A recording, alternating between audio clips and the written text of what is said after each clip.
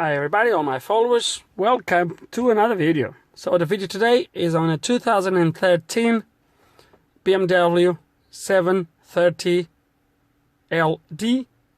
So is the long wheel base version, and this is not really the kind of videos I usually record, but I just thought I would take you through.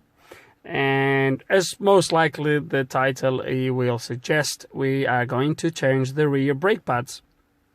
The car is asking for it. I will show you. So there is service due in 340 miles, and we'll try to get through. Not here, so menu, I guess. If I come down to settings, not settings, if I come down to vehicle information, vehicle status, and I go to service requirements, as you're gonna see, is asking for rear brake pads to be changed in 340 miles. We're gonna do it now, and I will take through the whole procedure. So let's gonna start. So my driveway is slopey backwards a little bit, so when you disengage the brake pads, the car will just roll if it's not on a flat surface. So I already have some bit of wood just behind the front wheels just to hold the car in place, because most likely when you go through the menus on the MaxiSys, we'll have to open the calipers to get the brakes replaced. So that's what we're going to do. We're going to connect the MaxiSys and get those calipers opened. Okay, and we're going to do this as I go along. So I do presume we're going to go on to, service. So that was the first menu of the MaxiSys once you load the details of the car. So let's gonna go to maintenance and pre-delivery, I would guess.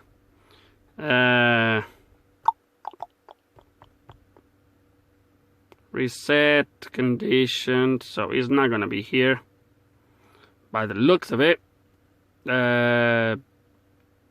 Chassis and suspension, parking brake. Okay, bedding in procedure, no. Startup, no. Workshop mode, self-explanatory. Parking brake, workshop mode.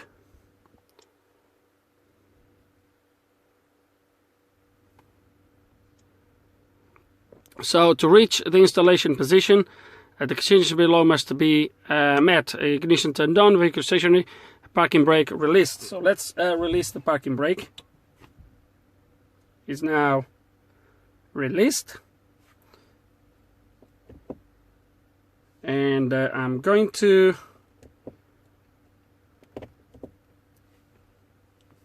press continue now. Okay, in the next step, the parking brake is moved to the installation, and the mounting mode is activated. A duration of about 5 seconds is needed to reach the installation position. When the assemble mode is activated, the electronic, the EMF, what that stands for, electronic something, button is deactivated. In this case, the parking brake function with the button is unavailable. So basically you can't use this button no longer during this procedure. The parking brake must be started up to deactivate the installation mode.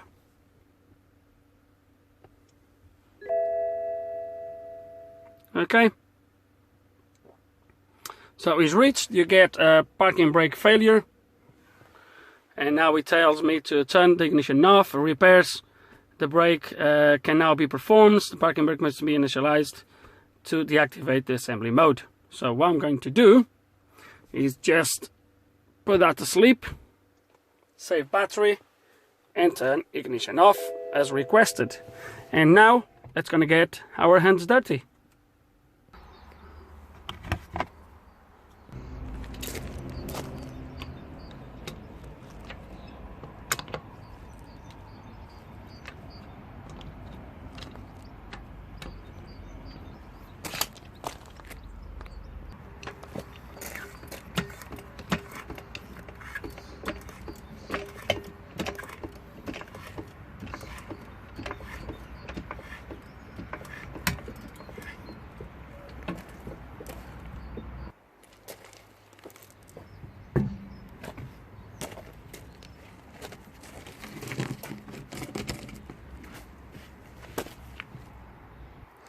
And here we are, ready to start. So it stopped raining now, so let's take this opportunity to get this done. So the pads on this side is now the ones with the sensor, so there's no wear sensor on this side, so it's going to be on the other side. So straightforward, take this clip out, that's the first thing, and then let me check. Yes, then you take these off, take the 2 bolts, and the whole thing should move. We still need to push the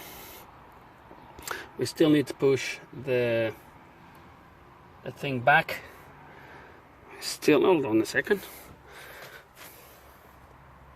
Okay, I think we did something here that was no need for it, because it looks like the parking brake is actually shoes, and they are inside so they are not part of. So some cars, they actually have something here for they have an electric bit in here to activate the parking brake, so you need to release that in order to open the pads. This is not the case, or it doesn't look like the case, so we still need to push the piston back, which we'll do, and then we'll take all these assembly out. Okay, so to push it back, I always use this technique. There we go. As you can see, it's moving really slowly, but it's moving, and I think it's nearly all there, really. Yep, it looks like it's fully open. Now we'll take these off, but I need 2 hands for this.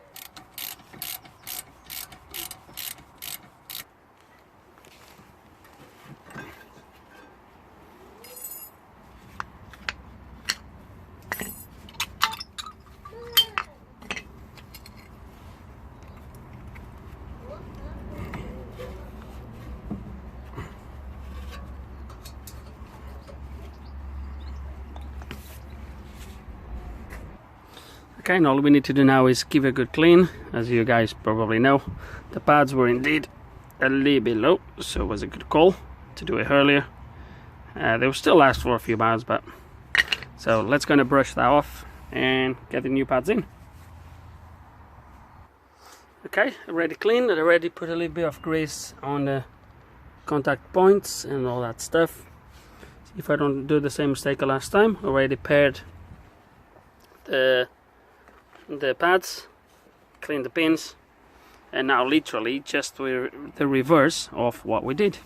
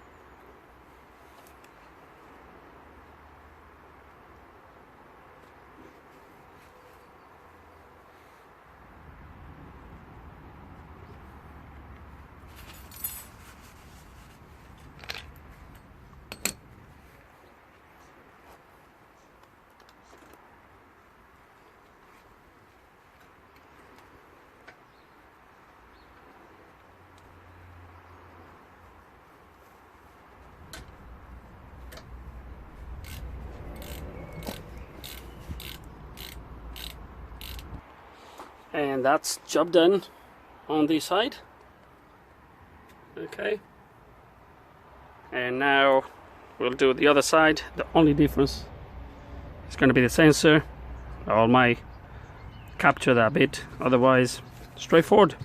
That's going to do the other side and then reset the service.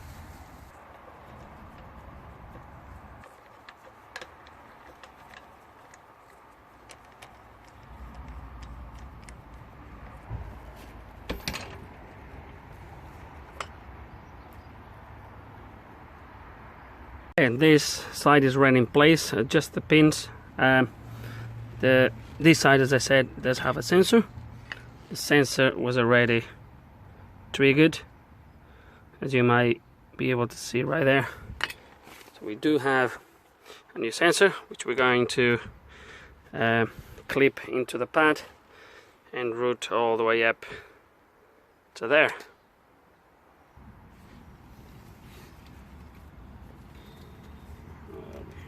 There we go.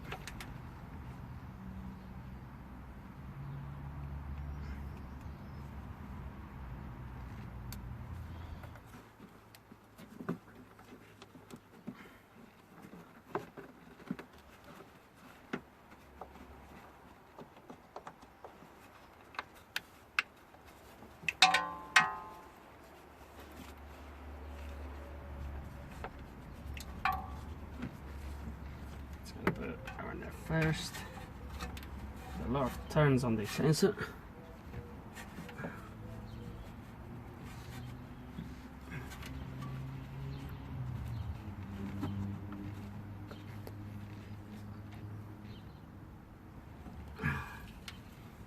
Go.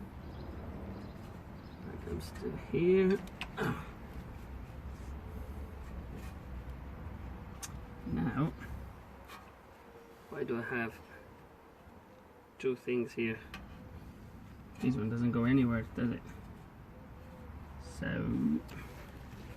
okay, now we will clip the sensor in place, which is like this. I'm not gonna be able to see it.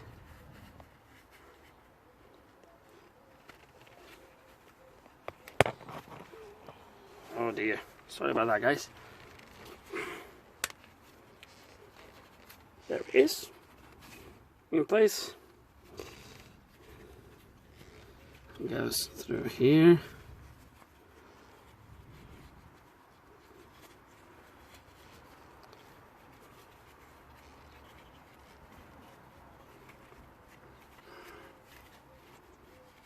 One hand is difficult to do this. Okay, I'll get this done, but pretty much that's it, guys.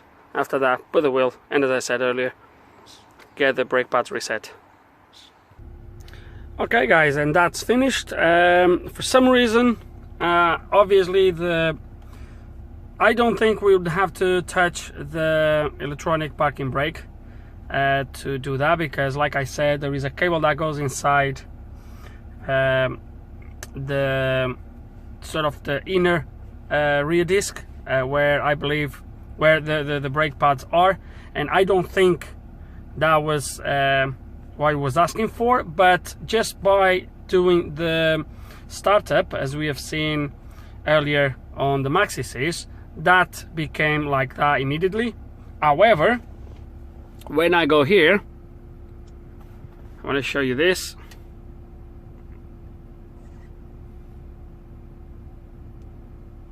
Yes, that's correct.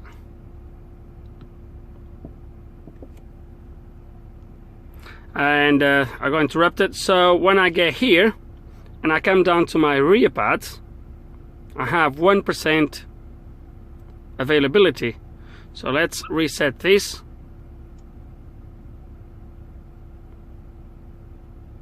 So current forecast is that.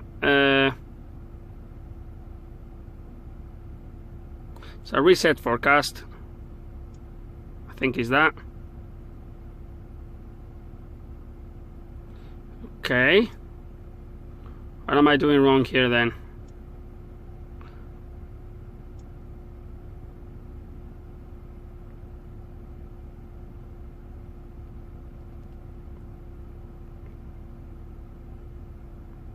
Set the availability, F3.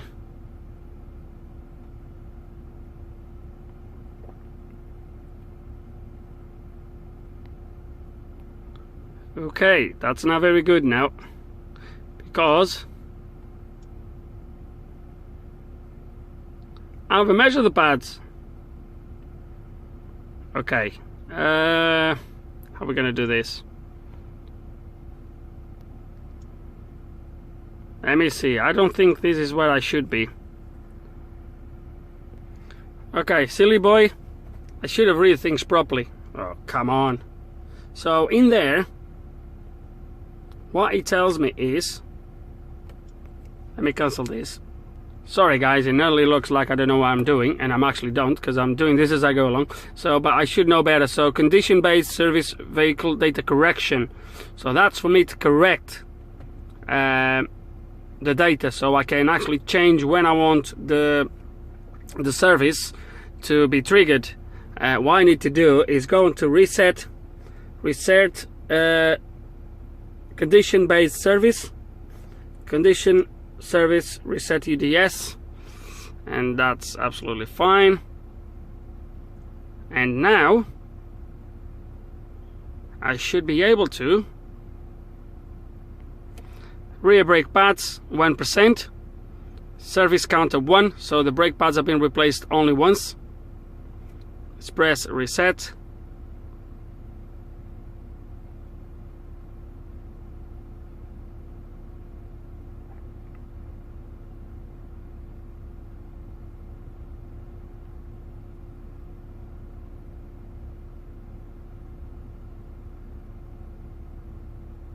Okay, let me read through this. You guys can pause.